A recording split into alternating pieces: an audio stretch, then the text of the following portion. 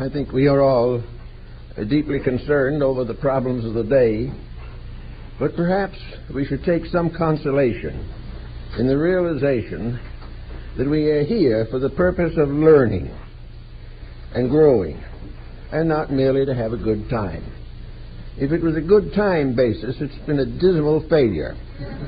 From the most ancient periods of history, there's been nothing around but trouble. But trouble, it can be and is part of a great system of education. The average school child does not enjoy going to class and will find every possible way of avoiding it. The same way the adult person does not wish to be burdened with responsibilities and problems. He has finally become accustomed to accepting some of them. But whenever the condition or situation gets a little too complicated, his first thought is to move out from under it and let somebody else worry. Now, we have also set a very bad example. Some people say that history doesn't mean anything and that we don't need to look back upon the past to find out what lies ahead. But in actual fact, history is tremendously important if we really dig into it and find out what it can mean to us now. History tells us the whole story. It tells us why we are what we are and how we got here and what is the matter with what we are doing now. This is all clearly set forth, because all this has happened many times. We are not the only civilization that has been in trouble. In fact, we cannot find one that has not been in trouble. And the troubles nearly always result from individuals breaking the simple rules of right living. As long as we break these relentlessly, we are going to be in this kind of difficulty. If we keep on breaking them long enough, our difficulties will increase and will become, perhaps in the end, unbearable. We don't know, we hope not. Now, the problem of today is that the individual has always depended upon certain supports to make it possible to live a good life in a confused world. These supports have been idealism, the realization that there is a good reason for things, and that there are hopes if we will deserve them. Idealism has always been that part of wisdom which impels us to self-improvement and the recognition that good rewards are the consequences of right conduct. The second problem that involves us today is atheism. Atheism is a very serious phase of materialism. On the level of industry, politics, and sociology, we are more or less materialists. On the cultural side of life and the religious side, there has been a great wave of atheism which has contributed to the present misery. If we live in this world from the cradle to the grave with nothing to hope for except perhaps a little advance in salary, and we know perfectly well that in due time we shall depart as all others have, if this becomes the basis of a way of life, we are very nearly bankrupt. Also, if in this philosophy of life that we have, we ignore the religious factor, if we are content to deny a divine principle at the source of life, if we are inclined to look upon ourselves as shipwrecked humanities on an island in space with no hope and nothing to dream about, if we take this attitude, we are also defeated. Defeated because we have nothing to live for if we have no reasonable code to live by.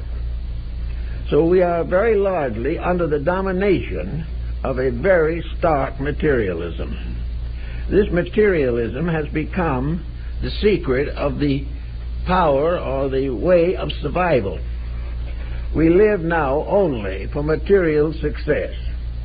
It is the only hope that we have is wealth or fame or some type of materialistic advantage.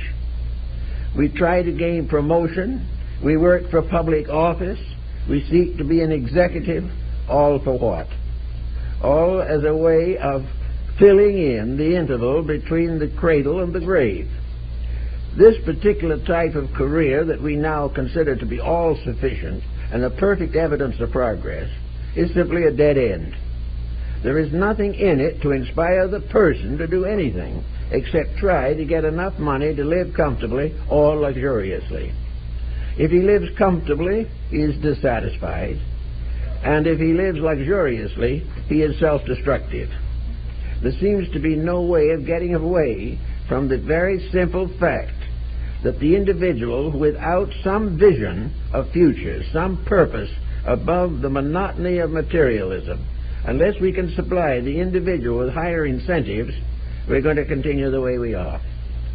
The great sweep of atheism that has swept the world has come very largely from science. It was not originally a political problem. It was true, there were atheists. There have always been atheists. But atheism was a philosophy, not a world power. Today, this philosophy of nihilism, so to say, has become a major fact in the lives of hundreds of millions of human beings. This particular atheism destroys the inducement or the incentive for ethics. It completely wrecks morality and destroys the individual's ability to transcend present conditions because of hope for better things to come. To take away from the individual something that is a strength to him, something that induces right action, that supports integrity and ethics, take these things away as meaningless and useless, and insist that the individual will go down to sleep forever and no one will ever care what he does or what he has done. This is gradually undermining human civilization. It is destroying any purposeful reason for progress. Now, we talk of nothing but progress, but to us progress is nothing more or less than bigger and better computers. Progress is nothing but the advancement of the materialistic activities in which we are now engaged. And even among us, there is this very definite suspicion that this kind of progress is slowly fading away, that the progress which results in nothing but physical, economic complication is not an answer to the human need. We can make bigger and bigger computers, but if we have smaller and smaller people to run them, we will gradually come to the point where we will expect the computer to think for us. And this is going to be a disaster, because there is no real way in which any individual can escape the responsibility of doing his own thinking. Now, we look at the human being to see what his potentials are. Here he is upon this desert island, surrounded by pressures, surrounded by competition and dishonesties, all kinds of unreasonable and irrational policies. And we say, what is he going to do about it? How is he going to live better in the world as he finds it? Well, from a very ancient time, human beings have contemplated this issue and have all come to a general agreement, namely that growth is an individual process. There is nothing that can prevent an individual from improving if he wants to. The question is, what will he pay for it? How will he so live that he will improve, rather than merely increase the mass of public debt? To improve, the individual has to personally take over his own destiny. He has to do that which in his own heart and conscience he knows is right. And if he has no heart and conscience reply at the moment, he must find it. It is absolutely necessary that every individual become an idealist. It is necessary that he shall believe in the Ten Commandments. It is necessary that he shall have a belief in the immortality of his own soul and the victory of wisdom and love over ignorance and hate in this world. It is absolutely necessary that the individual ceases to be a materialist. Of course, the process of ceasing to be a materialist may seem a rather important decision to make. It may interfere with wealth, fame, position, public office, and these various procedures that we now consider so important. I think the answer is definitely that while we believe the unreal to be important, we're going to stay as we are. As we are willing, however, to recognize that there is a reality that is more important than wealth and fame, there is a destiny higher than that of the laboratory technician. When we begin to realize this, we get hold of some of these loose ends and do something about it. So today we are looking for some foundations upon which we can build a survival technique, something that we can depend upon. Now, when we begin this, we have to take a passing look at experience. We have to figure a little bit what's happening around us. We have to see about it. At the moment, we're having a very bad problem on narcotics. We are having people making fortunes by distributing destruction, distress, and death. We have millions of people who have been well informed and are constantly being battered with proof of the fallacy of narcotics, who continue to go on and take them simply because they get a high for a little while and then a low forever. This is something that we see around us. Why is it necessary to make rules that people shall be decent in traffic and regulations? Why is it necessary that we should have to build laws against terrorism in its various forms? What has happened? Why do these things suddenly become tremendous factors in daily life? Well, the answer seems to definitely be that a pattern has taken over, which many people believe in, but which is not true. It has invaded education, and some of the worst examples of narcotics will be found in the universities and in the high schools and down into the junior grades. It has interfered with our sports, which we used to consider to be a very healthy way of expressing natural energies. It is becoming a tremendous financial factor, making it possible for crime to buy practically everything it wants. And the average individual either is not addicted and therefore reads only as a viewer, or is already addicted and may or may not be willing to quit. With this situation, something's wrong behind the scene. It's not the narcotics that we have to look at. It is not the terrorism that is the basis of our great need. It is to understand the forces and circumstances that make such conditions possible in the modern world. It is a simple statement of fact. Instead of being a progressive people, we are retrograding into savagery and barbarism. And what we call progress is nothing but mechanistic technicality.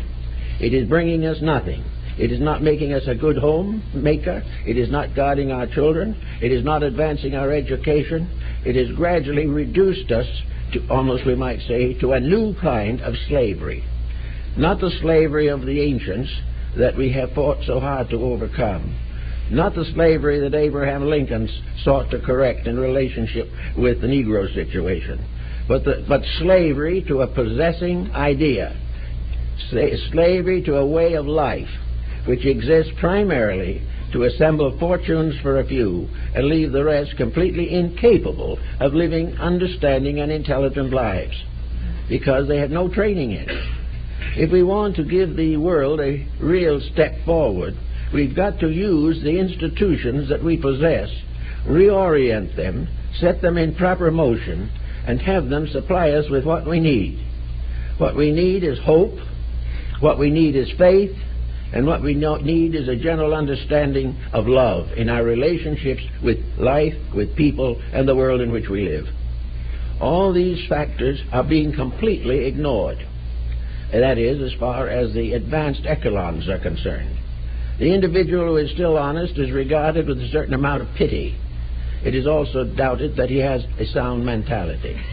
If he is happy, actually, he is probably captured in some kind of a mania that gives him a nervous exhaustion without any intellectual or emotional progress. All these things are problems we have to face. So unless we're willing to face them, it's going to drift along, and each generation and each civilization will finally come to the dust as it always has in the past. We have to either take hold of situations, do something about them, and get over the absolute tyranny of wealth and power, and find out what makes the individual a proper human being.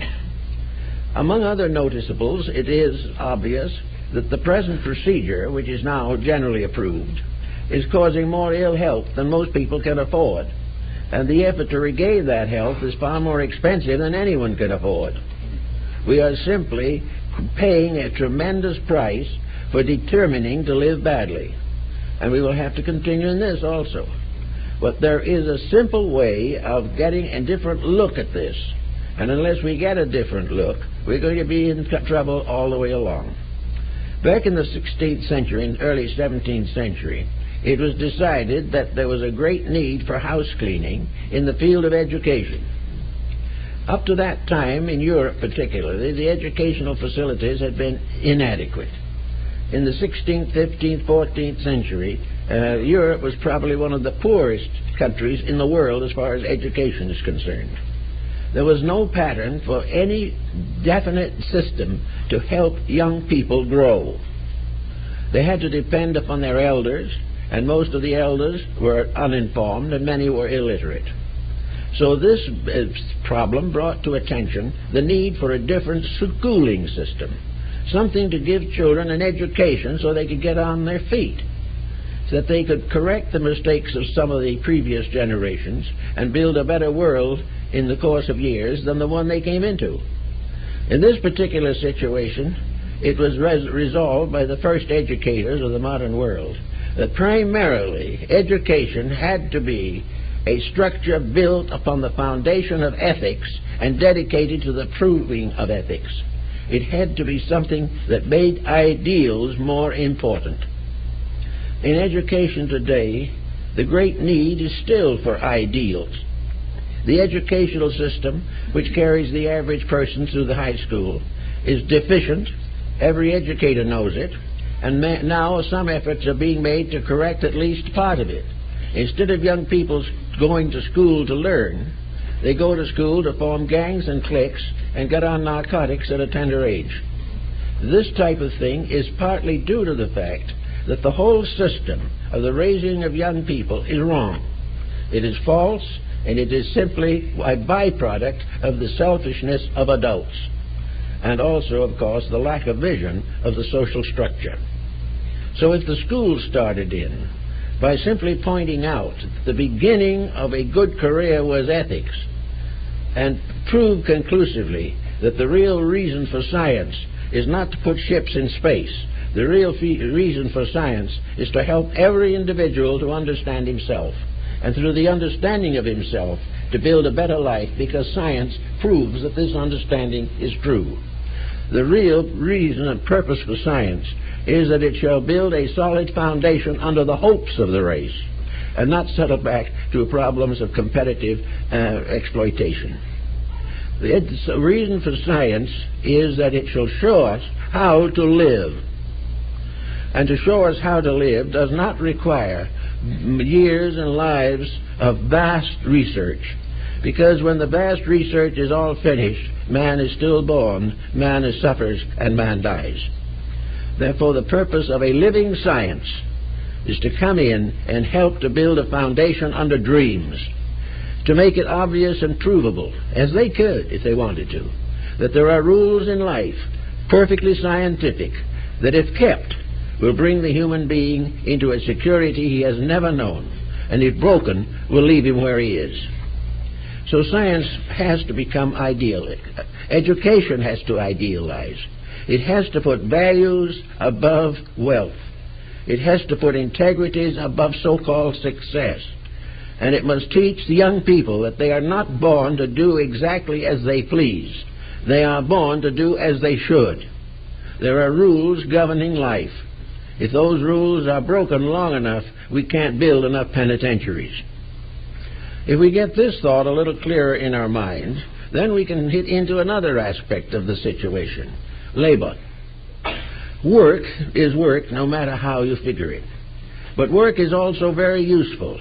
Work is the only value that most people can actually develop. It is the only thing the individual has to do, whether he likes to or not. Work is a routine, a regimentation, yes, but it is a regular use of energy. The individual has this much discipline that he has a job and he wants to keep it. Now, this discipline is variously adulterated by the corruptions that exist throughout the world of employment. But the fact remains that employment is necessary. It's the only way we have of keeping millions of people from spending the entire day at the television. If they have to go off to work, at least there is a little interlude of something else. The entire problem of work, then, is discipline. It is built upon one of the first laws of nature. If you don't work, you can't eat. Now, this is pretty obvious. And even with the wonderful generosity of governments, there is something to be said for the fact that just plain human dignity requires labor. That we have to do things to earn things to have things. If we get them otherwise we are dishonest. So labor has to get into the realization that there is a reason for work. And as I've noticed in many occasions among the Japanese people, this seems to be more or less evident. I remember way back in the 20s, when I was in Japan, that the Nippon Ginko, the great Japanese bank, was a very precious and very important economic institution. How it was run in the background, I have no idea, but it had a long and successful reputation among persons of the best integrities. But the primary purpose in the Nihon Ginko was to employ as many persons as possible on a job. In other words, if you had 10 cousins, they should all work. And if you were in a position to employ them or see that they were employed, you should help to do it. No one should receive help who doesn't work. And in the case I mentioned, it was done by passing a check through about 10 hands before it was cashed, and each one putting his seal on it. This was a way of keeping people eating. And this keeping them eating was not a government subsidy. It was that those who have powerful institutions made sure that as many as possible got work in their institutions. The present motion is exactly the opposite here. The problem is forever to have fewer people and turn to machines, or is now most common in most business organizations, it is the customer who takes care of himself and the management takes the profit. We do not even serve people anymore in many forms of business. They have to take care of themselves. They have to put the gas in the car themselves. They have to stand in line for the groceries themselves. Everything is going back to the individual because it is cheaper. This type of thing is a low ethical level that we have to do a great deal of thinking about, because these things all add up to something. It is contrary to our doctrines and beliefs here to bring politics into the picture. But I think we can all realize that the political situation is involved in the same problems. It has its own internal difficulties, and it is working upon a public that does not know what to cooperate with and what not to cooperate with. So everything goes along on a level of ignorance, uncertainty, confusion, discord, and conflict. All these factors assail another level of life. The home is another institution that is suffering keenly from the attitudes of the time. Gradually, the home, which was the foundation of civilization, is becoming merely a kind of boarding house. It is no longer a significant place where a family unit works together for a common good. It is no longer a unit that is supported by happiness, that is happy to do the things that it is doing. It is now doing what it has to do in order to survive. And survival now means, for the average person, a high level of luxury. Then we go into the religious field. I think one of the old Kabbalists made a very famous remark on this count. He said there are 70 names of God, but only one God. Now, this is a very great thought-provoking statement. Here we have a world of religion which has been locked in discord since the beginning of history. It is a mass of believers, all with almost identical beliefs, but doing everything they can possibly do to prevent working together. This is one of the great problems. Religion is failing the individual, and those that are in the lower brackets of education are particularly affected because religion to the poverty-stricken was the elixir of life. It was the one great hope. It was beauty in sordidness. It was wonder in pain. And it was survival because of the strength of inner conviction. This is also being taken away, little by little. The simple fact of religious unity that would save the world hundreds of billions of dollars every year is still impossible or remote of probability. We are still divided in worship, and in this division we come upon another situation. It is a matter in which all religions but ours are less than ours, and therefore that there is no appreciation or working with a deep understanding of the spiritual unities of life. One of the great proofs we should have of religion is that we work together, and that all religions rejoice in the works of each other and do not spend most of their time trying to run down their competitors. All the religious situation is poor. Then we go into health. Health situation is also very inadequate. Health is becoming more expensive every day and less certain.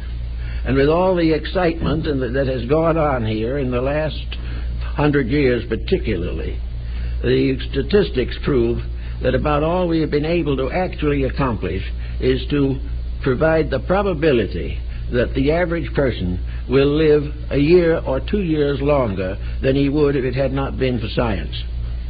This particular achievement, however, is costing incredible sums of money with no certainty of success. Health is not attained because the average person doesn't want it. He wants what he wants. If he wants to eat himself into an early grave, he considers it his right and privilege.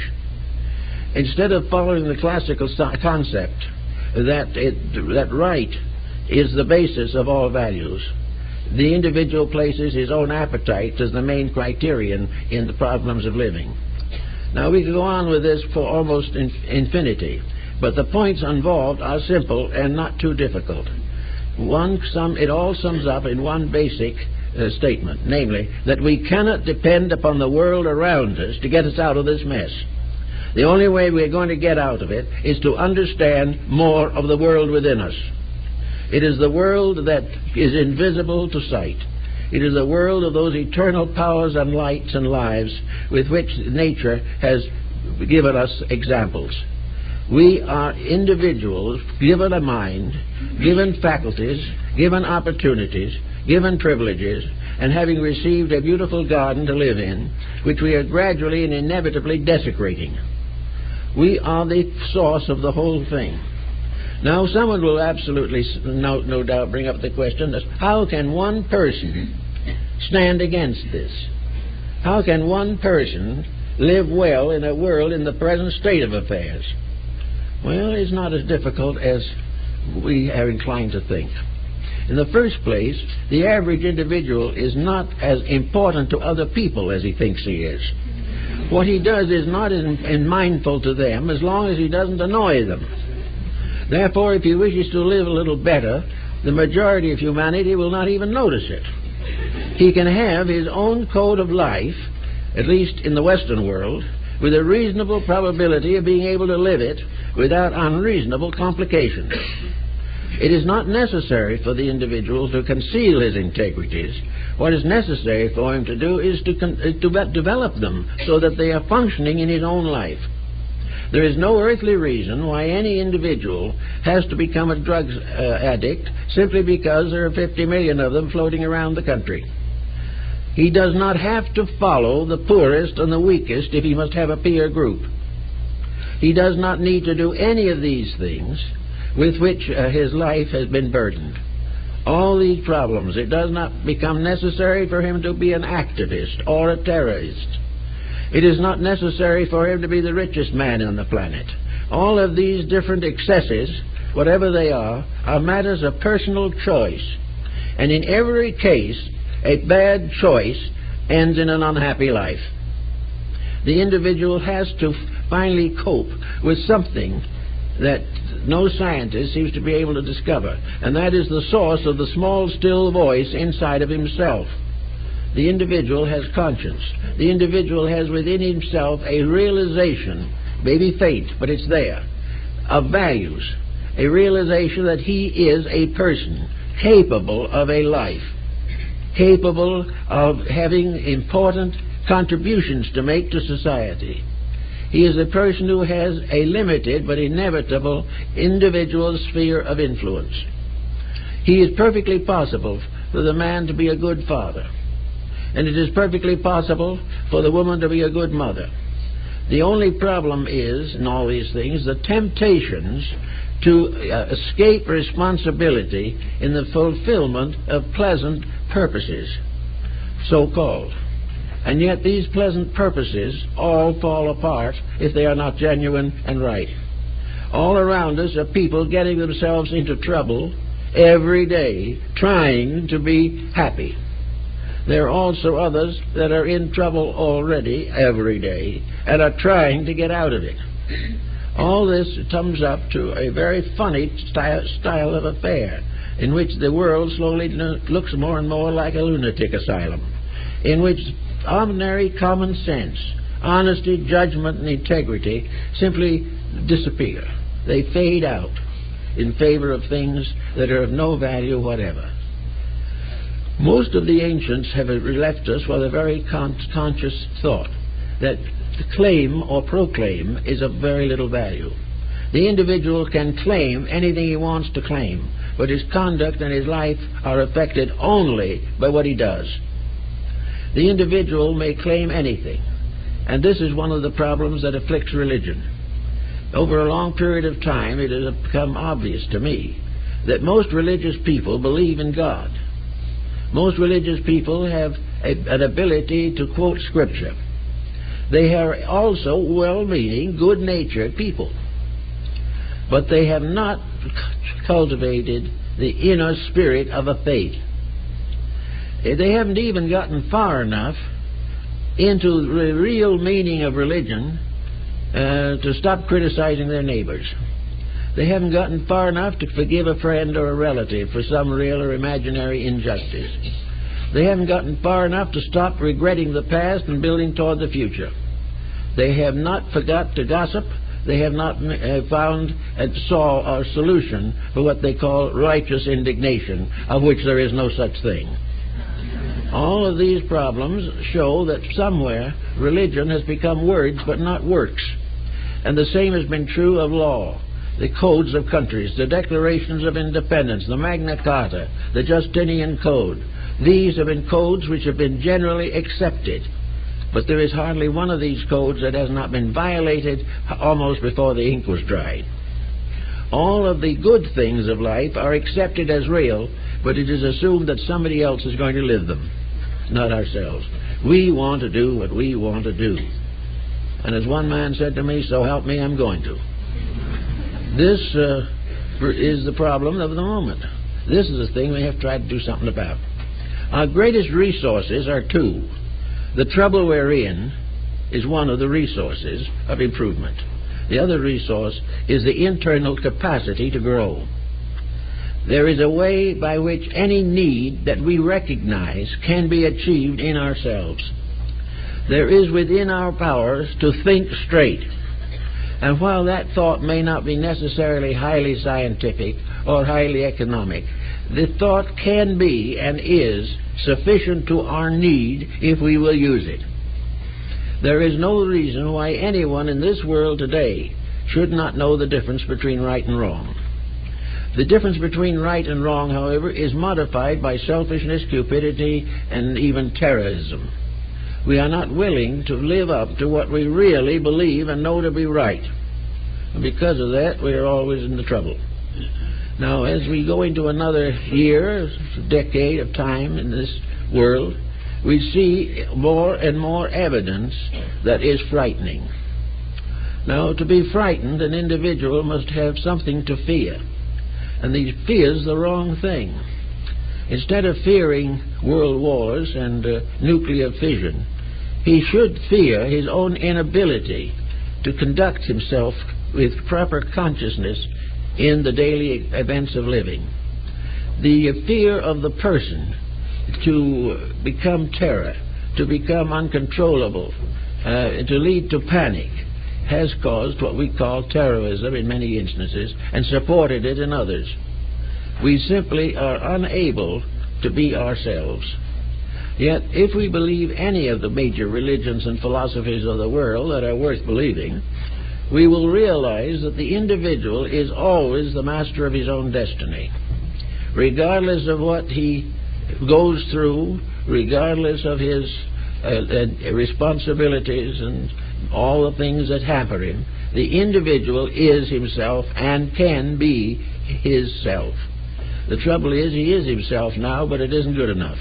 He's got to improve these relationships, build a more complete and fulfilling destiny for his own kind. Man is the highest species of life that we know. That is, it is visible to our common understanding. And it should be doing better than it is. It should be capable of leading the person into the proper fields of activity. It should enable the individual to say, honestly, this is not what I would prefer to do, but this is what is best for me, and do it. We have all kinds of opportunities, and I think the main thing we have to do is to take on something as though we were taking a cure for dope addiction. The way we're living is more or less in a state of constant addiction. Addiction to things that are useless, worthless, and destructive. We think we're doing pretty well, and many people are doing better than we know. But unfortunately, they are not given recognition because the opinion makers are not the ones that are doing the best work. The opinion makers are trying desperately to perpetuate chaos instead of finding a cure for it. And for this particular reason, we cannot expect to be appreciated for what we do. Then another problem is one of rewards. Let us imagine for a minute that we do try to think it through and see what is best for all concerned. We can't help but saying to ourselves, if I'm living better, will I be happier? Well, the chances are you will be, but this is not the primary condition. You are living better because you must, because there is no way of escaping it without tremendous loss in values to yourself and your world. It isn't whether it's more profitable, it is rather it is necessary to survival. And if there is no survival, all profit becomes a delusion. So I want to start with something that is more or less a religious and philosophical note. We want to live as best we can in this particular environment. I think we should therefore all have somewhere in our own natures certain decisions. Whether we can live up to them perfectly or not is not the point. We should each of us realize that we can improve, that we can grow, that we can develop those virtues which make us better for ourselves and more useful and helpful to others. There is some way in which we can do better. And having decided that there is such a way, we can begin to consider how to achieve it, how to do better. Sometimes it's merely to sit down and think things through. Perhaps we were all brought up in a better code than we are practicing today. If so, then we have to remember that which was good. We have to remember the virtues of our ancestors instead of justifying ourselves by carefully remembering their vices. It is a matter of selecting as far as we can that which is the best part of our own inner life. Having put this as near as we can into some kind of a pattern, then what are we going to do to improve it? How are we going to learn and grow? One thing we have to realize is that in the world of work, leisure time is the time best suited for personal improvement. It is very difficult to do an odd day's work and at the same time fulfill all the impulses and ideals of the inner life. On the other hand, we have a large part of our lives to ourselves. We have hours in every day that we do not work. Most people have at least 2 days a week in which they are not regularly employed. Time that is leisure is the time that we can best use for the cultivation of our own internal lives. It is in leisure that we have time to think, and it is our desperate effort to escape thinking that has prevented some development within our own nature up to now. We do not need to watch second-grade television shows the moment we get out of a business situation. We can have leisure enough to think, And in this leisure we can cultivate some type of understanding or knowledge superior to what we have now. In leisure we can read good books. In leisure we can develop habits and talents and abilities that are latent within ourselves. In leisure we can come to understand our friends better. In leisure we have more opportunity to share in the lives of our children.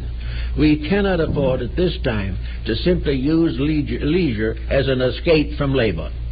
This is something we can no longer afford to do. Leisure must be useful. It does not want to be dour or melancholy or sad or gloomy, but it must be a little bit serious. It must be serious at the same time perpetuating a sense of humor without which all fails. We need, however, a certain amount of time to grow, and that time is for us leisure. There are two periods of growth beside leisure. One is childhood, when, however, we have not yet experienced the need of responsibilities. Then there is retirement, in which we have left the heavy labor of life and wish to do nothing as long as possible. Or, if not that, at least we are no longer strong enough in our thinking to want to work real hard. We want to forget the problems that have burdened us. We want to relax and rest. Well, rest is wonderful, but rest is also leisure. And no one can really rest doing nothing. To just sit and look at the ceiling is not real rest. So most people have something they do when they're resting. But is it something that they really should be doing? Or is it simply wasting time? Is it wasting this thing that we have so much to be grateful for? This thing that gives us the opportunity to grow every minute to the very moment of decease. No matter how old we are, we can grow some way, do something that is of value, or contemplate our own lives in terms of estimating value and using our own career as a textbook which will help us to understand life. So that leisure is something we should very definitely never waste. Now, relaxation is very good. We all need to relax. But leisure is relaxation if it is properly used. Leisure and relaxation are one thing, because if we try to use leisure for tension and get all worked up over something, it isn't leisure anymore. So we have several hours a day, maybe a number of days a year, and some years of life, in which we can contemplate the realities and values. We can make new assessments of the reason for our own existence. We can begin to develop various overtones. Now, we have, of course, two possible inducements for this. One is to grow, and the other is to gain profit. Many people use leisure time to create new business organizations, or to manufacture products, or to become involved in some type of profitable occupation. Leisure time is therefore sometimes merely dedicated to economic improvement. Unless this is absolutely necessary to survival, I don't think it should be cultivated. Leisure is a time in which we can live with God and ourselves. Leisure is an opportunity to search for value. And if we are not impelled to search for value, then we must develop that gift. Otherwise, we shall be part of that worldwide spread of failures upon which we are so reluctant to give attention. Actually, therefore, leisure is a good thing, and it gives us a lot of opportunity. Nearly everyone has values. Now consider, for instance, that the human being has over 40 potential specializations of value within himself. There are at least 40 different possibilities for career, for growth, for improvement, for fulfillment, and for instruction. These 40 faculty powers will not all be developed in any particular embodiment, nor should they need to be. But as Dr. Lavater so well pointed out over nearly 200 years ago, that it is a shame for an individual who has 40 capacities to live and die with the use of only 3, or 4, or 5. But this is what is happening. The technician on the computer uses 3 or 4 faculties. and depends upon his home life for the rest. And because he is an expert on the computer, his home life may be pretty much neglected anyway. But it is not good for a person to have only one tremendous dedication, nearly always for profit, fame, or something of this nature. The leisure should be used as a cultural instrument. We are expected to divide the day into labor, leisure, and rest. We have, therefore, the leisure to meet with others, to think with them, to enjoy communion with good things, to study, to travel, to have all kinds of useful opportunities. But these all fail if there is no recognition of usefulness within the individual himself. If none of these things mean anything to him, and all that is important is a bottle of beer and the TV, he is not going to achieve very much. And his failure is a miniature of the world's failure. He is just a microcosm of the world condition. He is doing exactly what is causing the trouble for all humanity. He is suffering for them, and he is suffering also because he is like them. So this should require further emphasis. Out of leisure comes the possibility of a little deeper approach to life. Leisure gives opportunity for the cultivation of art, of music, of literature, and of religion. Leisure gives the individual the opportunity to contemplate and meditate upon the great values of living. It enables him to become aware of the nobility of those who have gone before and the sacrifices they have made for the perpetuation of human culture.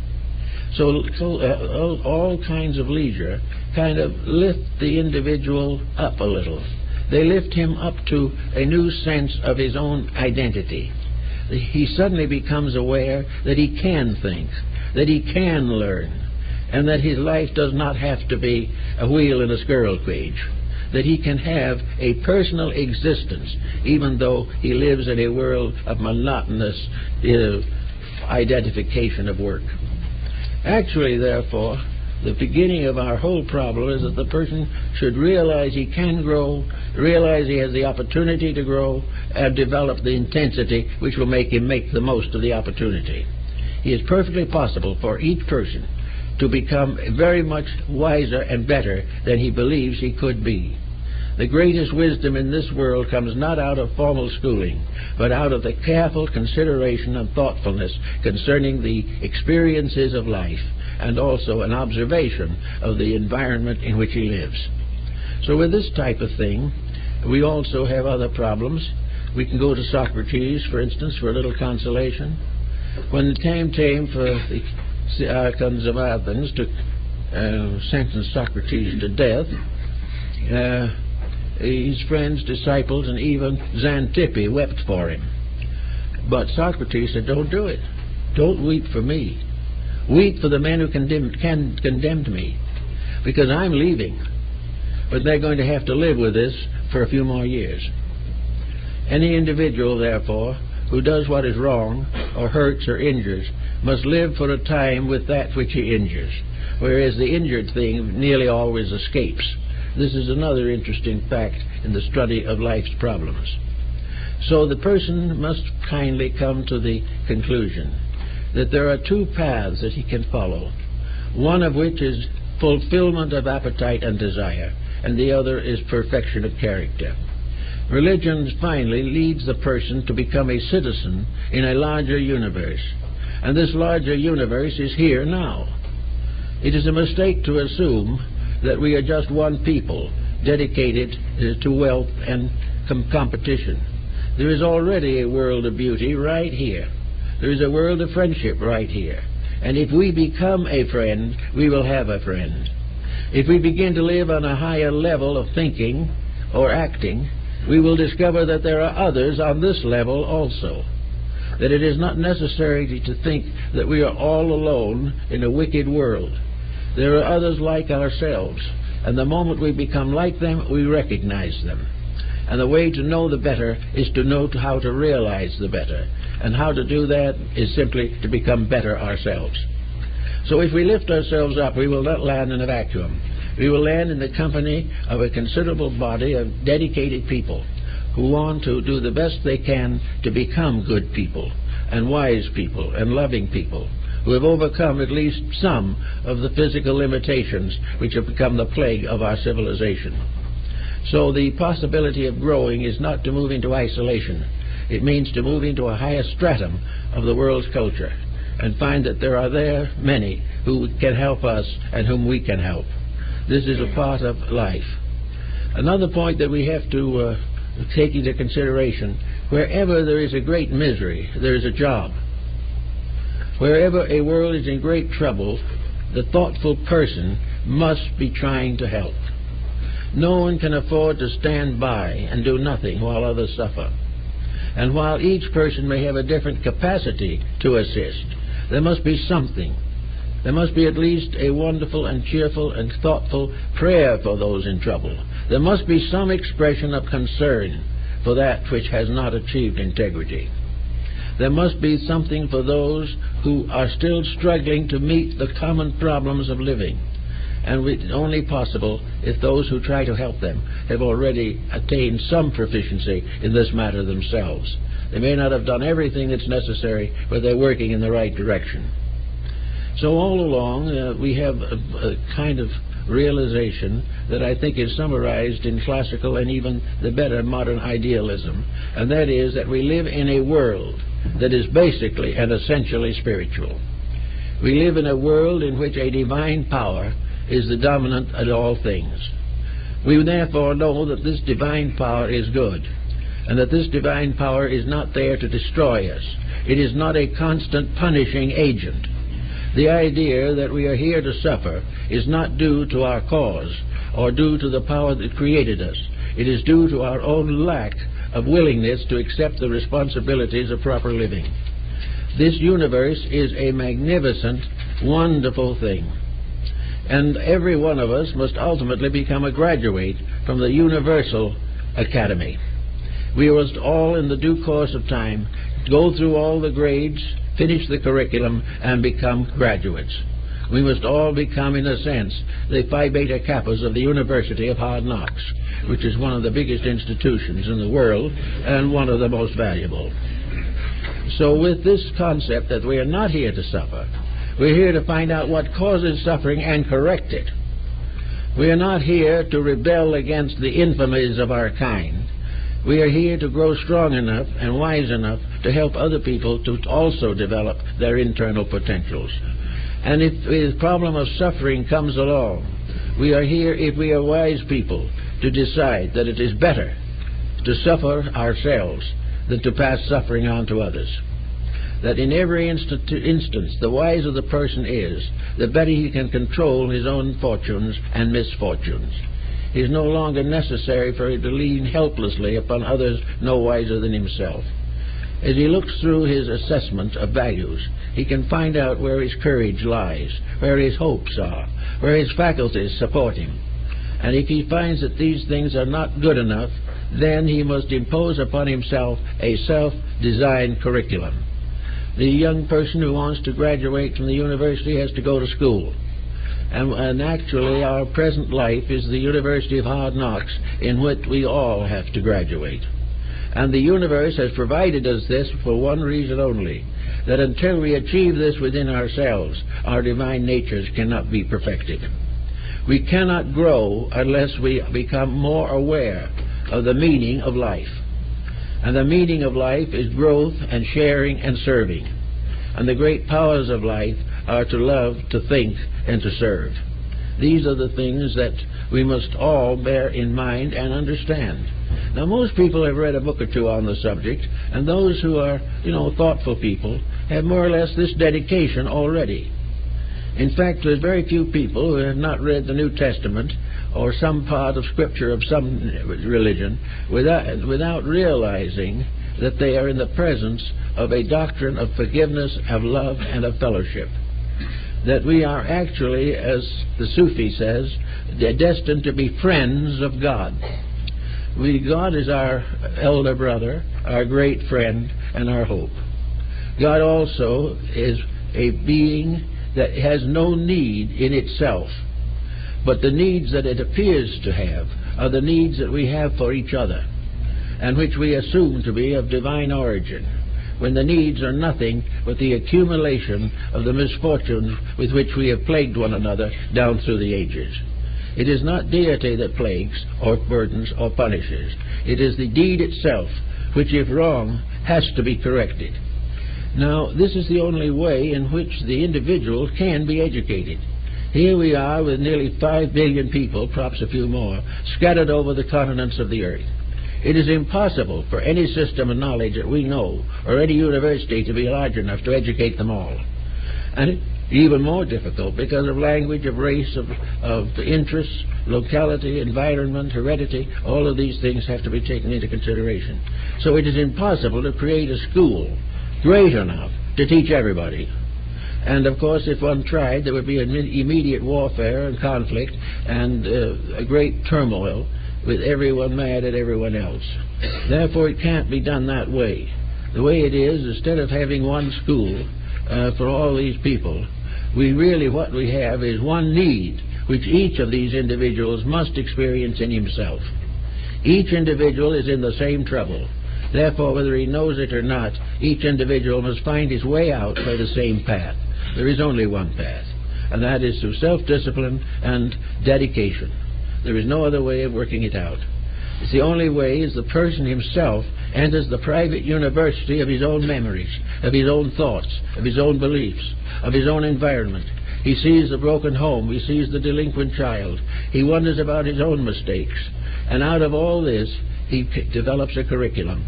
The only way in which the world can be educated is each person to take the responsibility for his own enlightenment. And if he does this, things get much better and life becomes much more endurable for himself and everyone else. If we want to start on a more or less, simple basis, just look at your own life. Look it through back to the beginning. Many people looking through their lives have told me it wasn't so bad. They thought they got along pretty well. Others wish to forget it as quickly as possible. But the ones who want to forget it are the ones who should remember it, because they are the ones who have unfinished business. There is an unfinished business as long as we cannot look upon life with quietude and peace.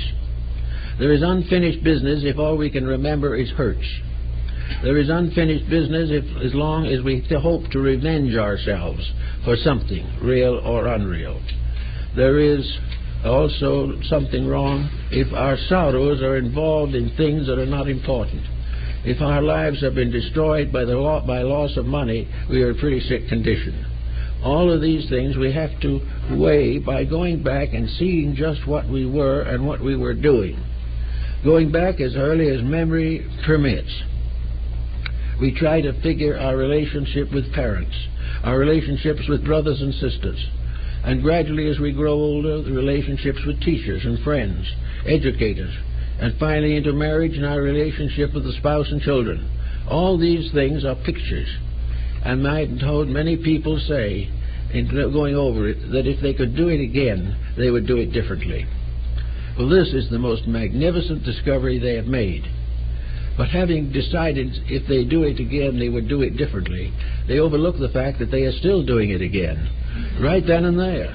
Therefore, they can do it differently immediately, if they so desire. It is perfectly possible to benefit by past experience at almost any day of living. Most of all, people will begin to discover that a great deal of sorrow was unnecessary, that they regretted the things that should have been overlooked or forgotten in the beginning. The sorrow over many things is unnecessary, and most of it is useless. We have to realize that sorrow is a human reaction, which we will keep. It will be there, but also in every case it will be gradually made into a beautiful memory of some kind. It will be remembered for the truth, the beauty, the wisdom, the love in it, but the incident itself will fade out. Always along the way, therefore, we have this tremendous demand to change ourselves, to grow up, to make new use of the faculties that we possess. And we do it by using the textbook that has been given to us. The great alchemist Raymond Lully said that God had given man 3 textbooks upon which to base wisdom. The first is Holy Writ, the second is nature, and the third is himself. These are the 3 great books. which each one of us must learn to read. It is not possible for us to read the book of God directly. Therefore, we have to read it through Scriptures. And these Scriptures are the records of sanctified, thoughtful, and dedicated persons who have had the highest and most noble motives that we know of in humanity. The second, of course, is nature. That was how Lao Tzu became a great philosopher, sitting by the side of a hill and looking out upon the beauties and wonders of the world. And he saw nature unfolding. We can do that today, but the moment we do this, we find out something that perhaps Lao Tzu could only intuit. We find out that nature is a fulfillment of rules, that nature in its own way is constructive, beautiful, and fulfilling, that everything that is necessary is there. Every instinct in the animal world is towards survival, security, and the fulfillment of the laws of the kind, whatever they may be. The human being, with his own book, has all kinds of texts to study. He knows what attitudes make him sick. He knows how worry has given him a stroke. He knows how poor nutrition has endangered his heart. He knows all the physical rules that he should live by. He knows that while he may not wish to be a diet victim, that he will have to be a student of physical nutrition if he wishes to have the maximum efficiency during the years of his life. If he does not do this, then he will have to face the difficulties of his own neglect of the rules of proper conduct. Then, of course, not quite so visible, is his inner life. But while it is true that he will accept that certain things that he eat will make him sick, he has never been willing to recognize and understand that certain feelings make him sick, that certain attitudes make him sick, and that he will continue to wreck the physical by using and misusing the powers of the metaphysical adversely. Also, then, he will also find that he can have a sick mind. This doesn't necessarily mean that he has to be institutionalized as a mental patient. A person has a sick mind who is devoted to fear, grief, and unpleasantness, who is highly competitive, who is critical of those around him, all that type of thing. If he is always on edge, if his temper is uncontrollable, if he is a nuisance to other people, he will be a danger to himself. This is another one of the facts of life that we all have to learn. But because he has a mind that can make him sick, and he doesn't have the physical pain of physical illness, he pays no attention to the mind. He just considers that it's quite possible for him to be unpleasant if he feels like it. Well, other people are, why shouldn't he be? So other people's mistakes become a justification for our own, and this itself is 100% erroneous.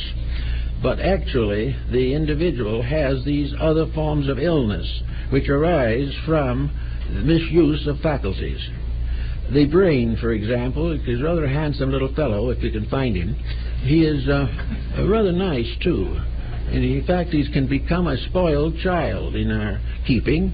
He can be actually a habitual criminal as far as that's concerned. The mind can be all things. But the mind is also there. If we use it well, it supports the emotions and protects the body. If we use it badly, it destroys itself and destroys the emotions and body with it. The mind, therefore, being the first superintendent and supervisor of our personal lives, should be brought into proper order. It must be educated not in abstract sciences, but educated in the problems of daily living. It must be a counselor that can always be called upon in need. It must be the most perfect and useful of all psychoanalysts. It is also a great possibility in the field of psychotherapy. The mind must keep us healthy, mentally, emotionally, and physically, and if it isn't healthy and is unable to do it, then we're in trouble, and we go out and try to pay other people to do it for us, and as a result we lose money. But we do not cure the trouble.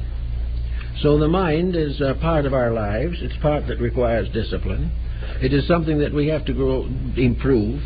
We have to get a mind that is fair, honest, gentle, lovable, kindly, all these things, and it must also be addicted to common sense. It must be able to look at things that happen and see why they happen and accept it. We use the mind now largely to create excuses for our own misbehaviors. we find it easier to try to rationalize our way out of a problem than to solve it. This is, again, not solutional. With a little work, we can find that we can live today in this world as it is with a full realization that we are here for a reason, that if we didn't deserve to be here, we wouldn't be here, and that we will continue to suffer various inconveniences and emergencies until we make the necessary corrections in ourselves. If in the course of time, therefore, it becomes evident that we are not going to be able to maintain a high standard of physical existence, that the time will come, and even the most optimistic person admits that the forests are going to give out, the water supply is short, that all these minerals in the earth are being depleted, and someday we'll have no more gasoline. All of these things cannot be solved by the blind hope that science will find a substitute. Things will improve only when the individual begins to conserve resources, where he doesn't waste them anymore, where he does everything possible to protect the well-being of all of his society, that he does nothing that will deprive others of their rightful parts in the facilities and problems of life. If he can get to this point of view, he will then find that his energies and resources will extend considerably further than they do now. We have to learn to live together and work together. We have to learn to be patient with the mistakes of each other. And we must learn to step in and take care of a job if somebody else can't do it. These types of thoughts begin to develop a model person. Then we can safely say that progress has meant something to us. Not because we sat on the top of it, but because we realized how poor it was and did something about it. Progress is not the advancement of the status quo. It is not the individual continuing to do what he's doing now and hoping to get away with it. It is not a problem of constant and eternal waste and extravagance on the basis of an absolutely bountiful deity who will always take care of him. These things are fallacies. What is actually necessary is that the individual right here builds the golden age that he believes is good, that we build our new world of reformations right now.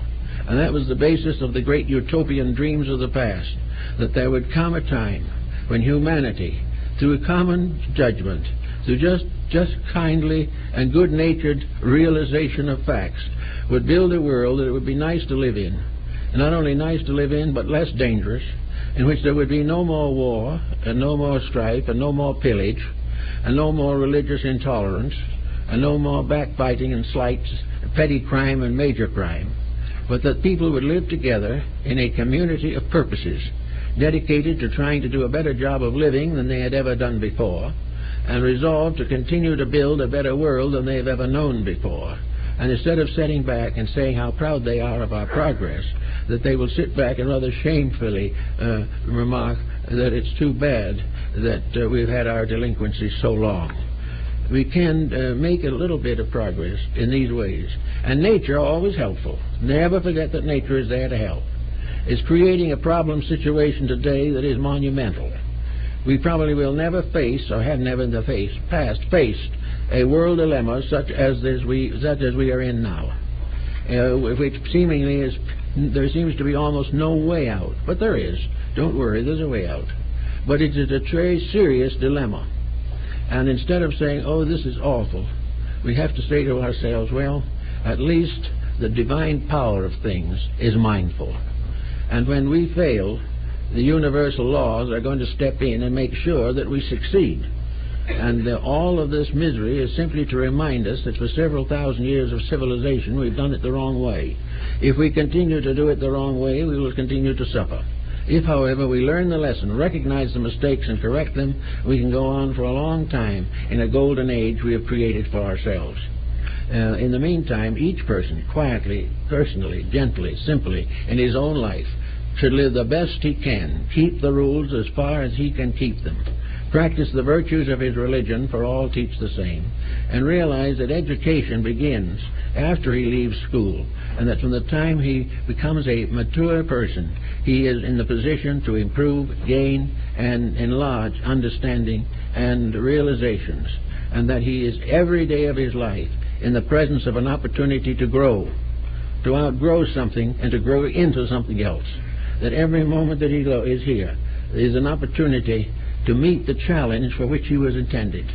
And out of this, gradually he will observe something. If his temper is better, his blood pressure will be better. If his habits are more moderate, his health will be more vital. If his attitudes towards other people are more constructive, he will find a world of constructive attitudes headed in his direction. Whatever he corrects and does is going to be an end of some kind of misfortune, sorrow, pain, or trouble.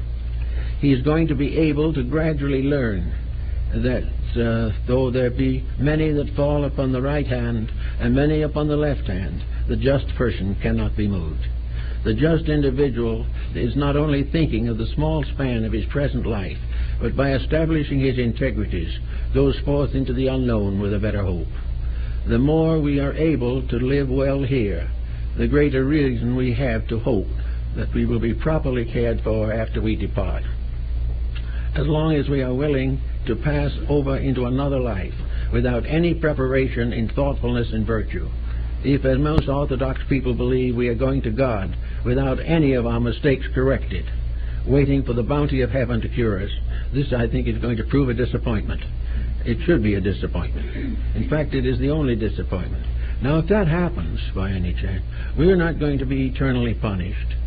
We are just going to be reminded that we've played hooky, that we very carefully avoided the lessons we were supposed to learn.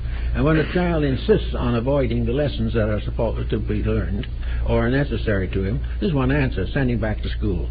And if the situation gets so that we get out of this world without doing something about it, we'll be back, and we will be back to correct the same faults we face now. We were not going to have new faults unless we get a few new ones, and very few that we haven't tried already. But we will find that if we don't do something now, we have no hope of getting any better. And I think that this is a more useful attitude than the materialistic attitude of science, that we begin with a drop of life and end at an ash at the end of it all. That there is nothing beyond or before. Whereas the fact is, there was much before, and that's why we're here. And there's much beyond, and that's why we'll probably be back. But whatever it is, the sooner we learn to think straight, the more pleasure and helpful and useful life will seem, and we will be able to achieve. The better we live now, the better our destiny forever. We never have to face the same problem twice, because the moment it is solved, it is no problem. And if we keep on solving old problems and not making new ones, one of these days we're going to come out even with the laws that govern the universe. And we're going to discover that we live in the best world we will ever know, the most just creation that we can imagine, under the most benevolent powers that can be conceived of by the most abstract theologian. All is well as far as it goes, but at the moment it's not going far enough. Therefore we have to do a little better. In the meantime, we hold good thoughts for each other, and we preserve our dedication to the divine power that rules all things. As long as we break these relentlessly, we are going to be in this kind of difficulty. If we keep on breaking them long enough, our difficulties will increase and will become, perhaps in the end, unbearable. We don't know, we hope not. Now, the problem of today is that the individual has always depended upon certain supports to make it possible to live a good life in a confused world. These supports have been idealism, the realization that there is a good reason for things, and that there are hopes if we will deserve them. Idealism has always been that part of wisdom which impels us to self-improvement and the recognition that good rewards are the consequences of right conduct. The second problem that involves us today is atheism. Atheism is a very serious phase of materialism. On the level of industry, politics, and sociology, we are more or less materialists. On the cultural side of life and the religious side, there has been a great wave of atheism which has contributed to the present misery. If we live in this world from the cradle to the grave with nothing to hope for except perhaps a little advance in salary, and we know perfectly well that in due time we shall depart as all others have, if this becomes the basis of a way of life, we are very nearly bankrupt.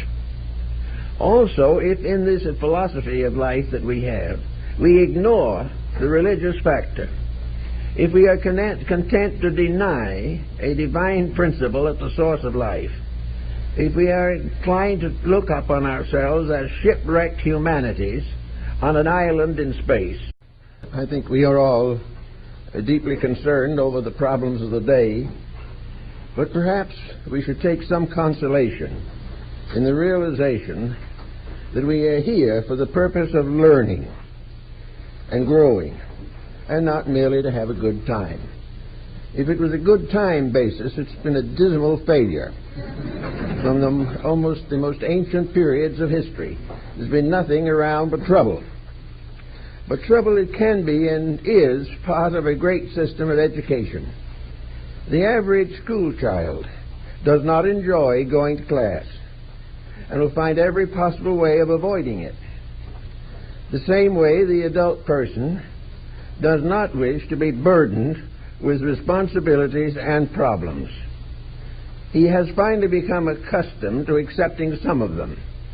But whenever the condition or situation gets a little too complicated, his first thought is to move out from under it and let somebody else worry.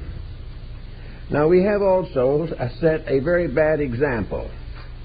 Some people say that history doesn't mean anything and that we don't need to look back upon the past to find out what lies ahead. But in actual fact, history is tremendously important if we really dig into it and find out what it can mean to us now. History tells us the whole story. It tells us why we are what we are and how we got here and what is the matter with what we are doing now. This is all clearly set forth, because all this has happened many times. We are not the only civilization that has been in trouble. In fact, we cannot find one that has not been in trouble. And the troubles nearly always result from individuals breaking the simple rules of right living, as long as has become a major fact in the lives of hundreds of millions of human beings. This particular atheism destroys the inducement or the incentive for ethics. It completely wrecks morality and destroys the individual's ability to transcend present conditions because of hope for better things to come. To take away from the individual something that is a strength to him, something that induces right action, that supports integrity and ethics, take these things away as meaningless and useless, and insist that the individual will go down to sleep forever and no one will ever care what he does or what he has done. This is gradually undermining human civilization. It is destroying any purposeful reason for progress. Now, we talk of nothing but progress, but to us progress is nothing more or less than bigger and better computers. Progress is nothing but the advancement of the materialistic activities in which we are now engaged. And even among us, there is this very definite suspicion that this kind of progress is slowly fading away, that the progress which results in nothing but physical, economic complication is not an answer to the human need. We can make bigger and bigger computers, but if we have smaller and smaller people to run them, we will gradually come to the point where we will expect the computer to think for us. And this is going to be a disaster, because there is no real way in which any individual can escape the responsibility of doing his own thinking. Now, we look at the human being to see what his potentials are. Here he is upon this desert island, surrounded by pressures, surrounded by competition and dishonesties, all kinds of unreal, with no hope and nothing to dream about. If we take this attitude, we are also defeated. Defeated because we have nothing to live for if we have no reasonable code to live by. So we are very largely under the domination of a very stark materialism. This materialism has become the secret of the power or the way of survival. We live now only for material success. It is the only hope that we have is wealth or fame or some type of materialistic advantage. We try to gain promotion. We work for public office. We seek to be an executive. All for what? All as a way of filling in the interval between the cradle and the grave. This particular type of career that we now consider to be all-sufficient and a perfect evidence of progress is simply a dead end. There is nothing in it to inspire the person to do anything except try to get enough money to live comfortably or luxuriously. If he lives comfortably, he is dissatisfied, and if he lives luxuriously, he is self-destructive. There seems to be no way of getting away from the very simple fact that the individual without some vision of future, some purpose above the monotony of materialism, unless we can supply the individual with higher incentives, we're going to continue the way we are. The great sweep of atheism that has swept the world has come very largely from science. It was not originally a political problem. It was true, there were atheists. There have always been atheists. But atheism was a philosophy, not a world power.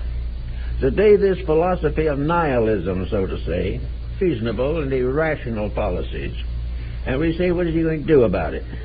How is he going to live better in the world as he finds it? Well, from a very ancient time, human beings have contemplated this issue and have all come to a general agreement, namely that growth is an individual process.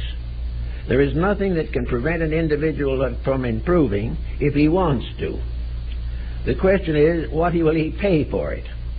How will he so live that he will improve, rather than merely increase the mass of public debt? To improve, the individual has to personally take over his own destiny. He has to do that which in his own heart and conscience he knows is right. And if he has no heart and conscience reply at the moment, he must find it. It is absolutely necessary that every individual become an idealist. It is necessary that he shall believe in the Ten Commandments. It is necessary that he shall have a belief in the immortality of his own soul and the victory of wisdom and love over ignorance and hate in this world. It is absolutely necessary that the individual ceases to be a materialist. Of course, the process of ceasing to be a materialist may seem a rather important decision to make. It may interfere with wealth, fame, position, public office, and these various procedures that we now consider so important. I think the answer is definitely that while we believe the unreal to be important, we're going to stay as we are. As we are willing, however, to recognize that there is a reality that is more important than wealth and fame. There is a destiny higher than that of the laboratory technician. When we begin to realize this, we get hold of some of these loose ends and do something about it. So today we are looking for some foundations upon which we can build a survival